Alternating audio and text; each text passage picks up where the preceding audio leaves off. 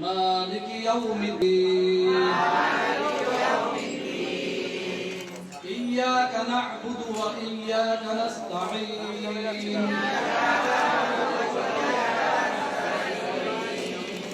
اهدنا الصراط المستقيم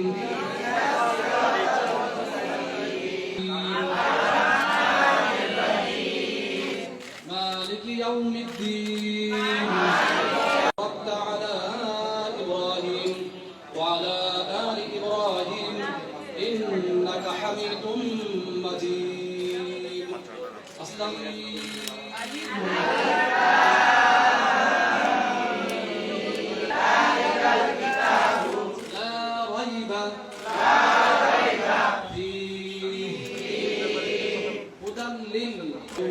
وأتوب إليه لا حول ولا قوة إلا بالله العلي العظيم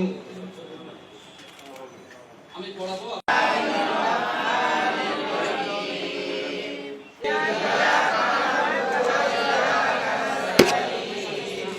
اهدنا الصراط المستقيم صراط الذين أنعمت عليهم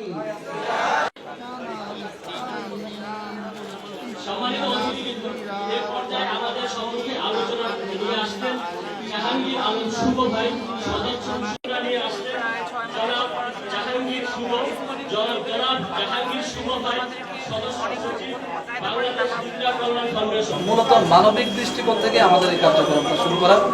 মানবিক দৃষ্টিকোণ থেকে এজন্য বলেছি যে ওদের যে বর্তমান যে এলোমেলো চলাফেরা, এই জন্য তো আমি আমাদেরকে দায়ী মনে করি, বিশেষ করে নিজেকেই দায়ী মনে করছি যে ওরা মূলত স্কুল কলেজ ইউনিভার্সিটি কোথাও ওরা যেতে পারে না, আপনাদের মাদ্রাসা যেতে পারে না, মসজিদে যেতে পারে না, সামাজিক কোনো আচার আচরণ অনুষ্ঠান ওদেরকে অংশগ্রহণ করতে দেওয়া হয় না।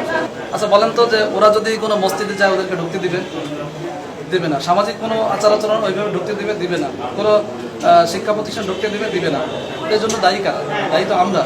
তো এই জন্য ওদেরকে মূল দ্বারায়, যেহেতু ইসলাম এটাকে বাধা দেয় নাই এবং ইসলাম মানুষ হিসেবে সকলকে সমান অধিকার দিয়েছে, তো ওরা মানুষ হিসেবে সমান অধিকার নিয়ে সমাজে বসবাস করুক এবং ওরা যেন বাংলাদেশ সরকারের বোঝা না হয়, বাংলাদেশ সরকারের জন্য ওরা সম্পদ হয়, এজন্যই কিন্তু আমাদের এই প্রক্রিয়া। আমরা পাশাপাশি কারিগরি শিক্ষাও দেবো ইনশাআল্লাহ, এবং আমরা এইভাবে স্বতন্ত্রভাবে আমরা ওদের জন্য অনেক মাদ্রাসা করার খেয়াল করেছি এবং অলরেডি আমাদের এই পার্শ্ববর্তী যে সেন্টারটা আছে ওখান থেকে আমরা 5 জন শিক্ষক আমরা নির্বাচিত করেছি ওদের মধ্যে থেকে, যে পরবর্তী শিক্ষা প্রতিষ্ঠানগুলো আমরা ওই হিজরাদের দিয়েই পরিচালনা করবো। পরবর্তী কোর্সগুলো বিভিন্ন থানায় থানায় যে কোর্সগুলো চলতেছে বা চলবে, এগুলো আমরা হিজরাদেরকে শিক্ষক হিসেবে নিয়োগে আমরা চালাবো ইনশাআল্লাহ। হিজরাদের কোনো দোষ নাই, হিজরাদের কোনো দোষ না, এই দোষ আমাদের, এই দোষ আমার নিজের। কারণ এদেরকে স্কুল কলেজ মাদ্রাসা ভার্সিটি কোনো শিক্ষা প্রতিষ্ঠানে যেতে দিব না, মসজিদ যেতে দিব না, কোনো প্রতিষ্ঠানে চাকরি করতে দেব না, এরা করবে কি?